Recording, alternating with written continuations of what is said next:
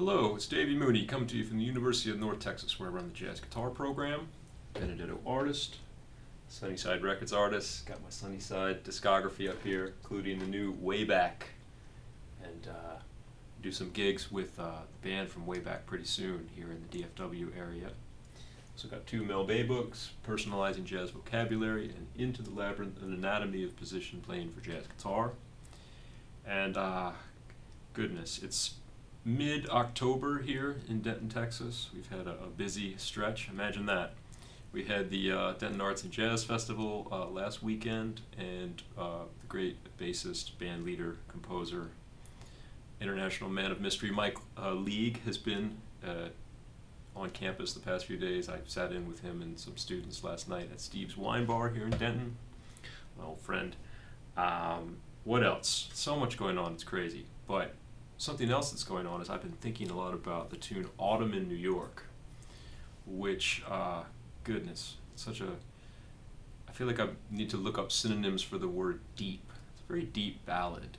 It's one of those tunes that, it's a 32-bar song, but it doesn't really repeat the sections. There's, each 8-bar section kind of does its own thing, and there's some repetition in the harmony and the melody, but there's always like a little twist. And I first heard this song probably from Tal Farlow.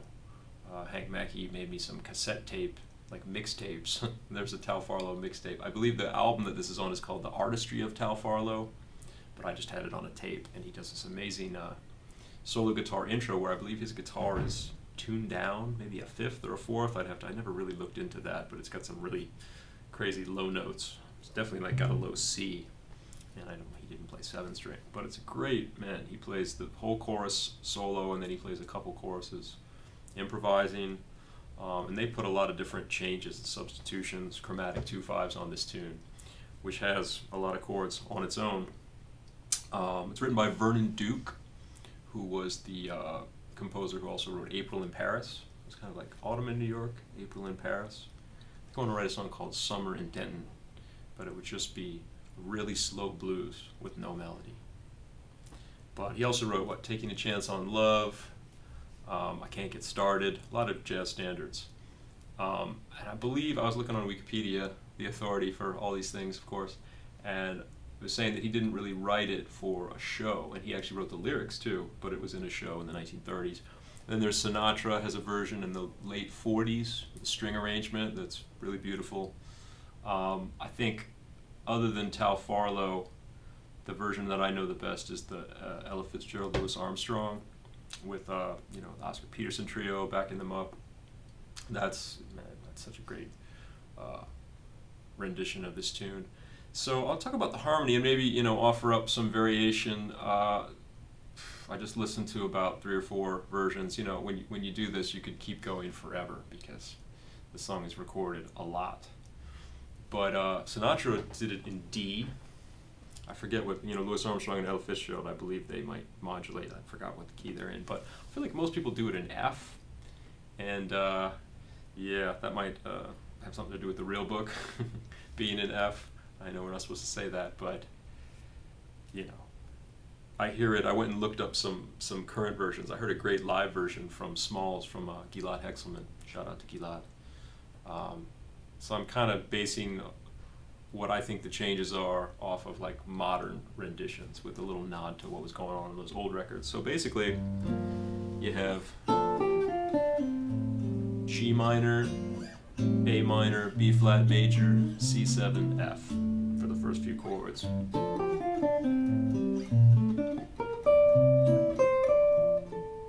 And sometimes, like Ella and Louie go,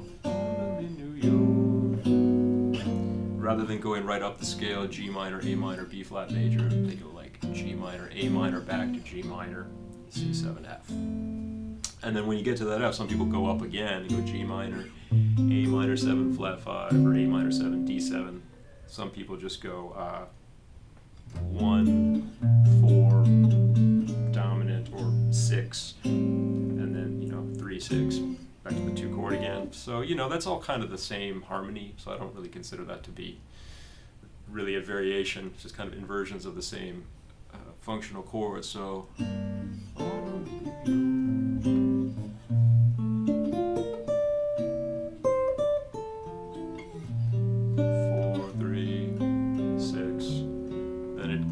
repeats. Starts the same. A minor 7 flat 5, or you know, like I say a lot in these videos, you don't hear a lot of minor 7 flat 5 chords back in the day. You hear a lot of minor 11, you know, when obviously the melody's on the 11 to D7. Sometimes you get that little double 2-5 where they go A minor 7 to D7 twice, which I'm not a huge fan of for improvising purposes. But you know, in 2023, I think it's okay to make it a minor 7 flat 5. So that's the first 8 bars. Second 8 bars starts on G minor again, but then goes and does a 2-5 to A flat, so B flat minor, E flat 7 to A flat. And then this is something that I found interesting about different versions. So it goes to A flat, and some versions will go 4 dominant back to A flat. So like A flat, D flat 7, A flat. And some will go A flat, E flat 7, A flat. I believe that original Sinatra version actually goes 1-5-1, and I guess I think of 1-4-1 as being a more old-timey kind of progression, although I really like it. So I think on that one I kind of just let it stay on A flat, but we'll see like later on there's another chance. And then there's a 2-5 to C minor. So we're covering some keys. We went from F to A flat and now to C minor. Kind of turns around in that key.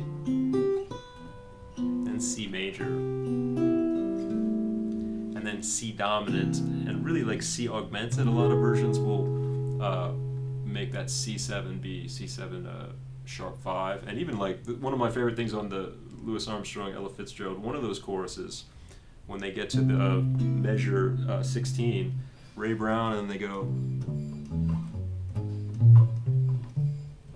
up a whole tone scale, like 1 and 8th notes, like C, D, E, F sharp, G sharp, A sharp, C, D, back to G minor. I'm in New York. And so the first 8 bars of, the first 4 bars of the third 8-bar phrase, so like measure 17, is actually the same as the first 4 bars. So there's a repetition.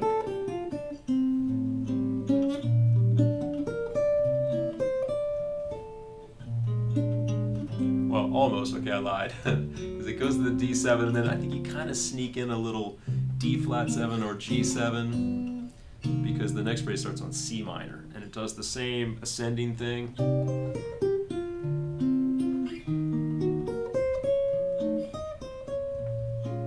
It goes C minor, D minor, E flat minor 6, F7, B flat minor. And a lot of versions will do the little James Bond ascending 5th thing, 5, sharp 5, 6, and then C7 to F minor.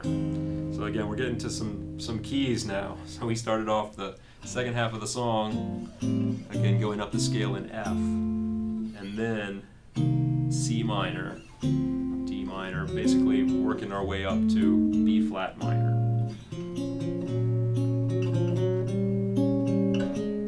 Now F minor, 5 of that.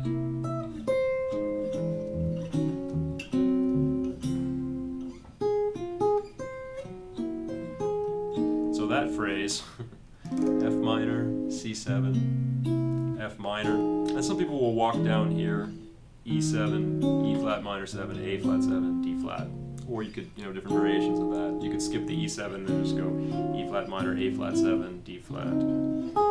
And here I feel like you have to put a 4 chord there. It has to be D flat to G flat 7, sharp 11 to D flat. That's what Ella and Louis do. I feel like on Gilad's version that's what they played. One of them at least. They did the 4 chord there. I feel like that just makes it's got to be the 4 chord. If you go, I don't know, that's a personal thing, I guess, but I feel like it really kills it if you don't play the 4 dominant there. And then sometimes people will sneak in a little, I don't think you need it though, like a little chord to get you back to G minor, because you're on D flat. I don't think you need it. You can play A flat 7, but I don't know, you can just let it be D flat. And then the last phrase, you think think it's going to be the same, but now it goes G minor, A minor 7, B flat minor instead of B flat major, C7, and ends on F minor. Although that first Sinatra version, the early one, I think he recorded it again on Come Fly With Me. Is that what it's called? Come Away With Me? No, that's Norah Jones. In the 50s he recorded it, but the earlier version in the 40s, they actually ended on a major both times. And I went back, you know, they do one time through, and then there's a little interlude, and he sings out the last bit. And both times they end on it's D major because he's in D. But I was like, oh man, I thought the whole point of this song, because it's sort of an ambiguous, maybe not ambiguous, but a little bit of a complicated lyrically, and the way the harmonies shift, where you're kind of happy it's autumn in New York, but then it's often mingled with pain. And he he has all these like shifting colors of, is it major, is it minor, are we happy, are we going, because it's obviously pretty happy, but less happy, you know, if we accept that minors are sadder than majors, I guess. But yeah, and then for guitar improvising on this tune, the Tal Farlow rendition is really amazing. Real free time feel too. He's playing over a ballad. I mean, I just kind of, I guess.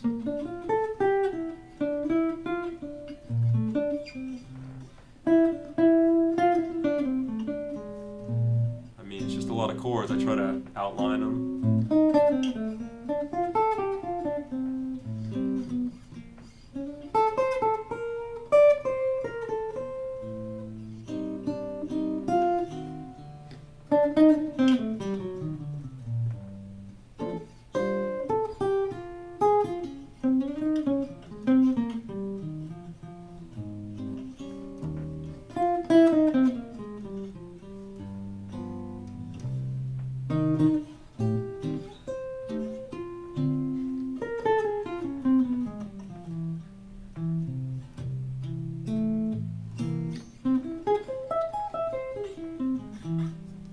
That C7 right at the before the second half of the tune, I feel like I really like to get that whole tony augmented thing and make a C7 go to G minor, C7 alter go back to G minor.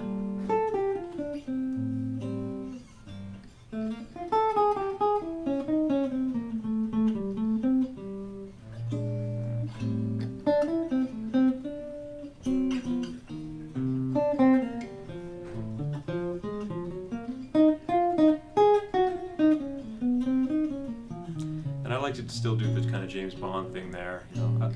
I think something about me with choosing chords on these songs, sometimes I like to nod to the old-timey stuff a little bit. I think most people would probably just go B flat minor. I think some people go then A flat minor and then G minor 7 flat 5 C7. I don't know. I don't shy away from the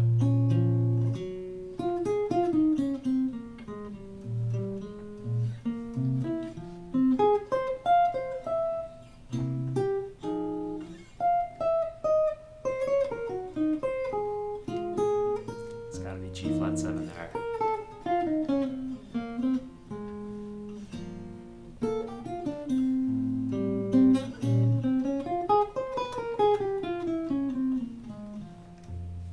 Anyway, really one of the great ballads, and really interesting form, great lyrics, and yeah, Ella and Louie is the one that, it's one of those renditions that just puts you, like transports you to another place. And there's a great, I love Louis Armstrong's vocal because it's like he's so close to the mic and he's so present. You hear him doing all these like grumbles after he sings a phrase. You gotta check it out and listen to it, and all the, you know, the really masterful accompaniment of Oscar Peterson's trio on that. So anyway, I want to play a chorus, and I hope you enjoy it. Autumn in New York.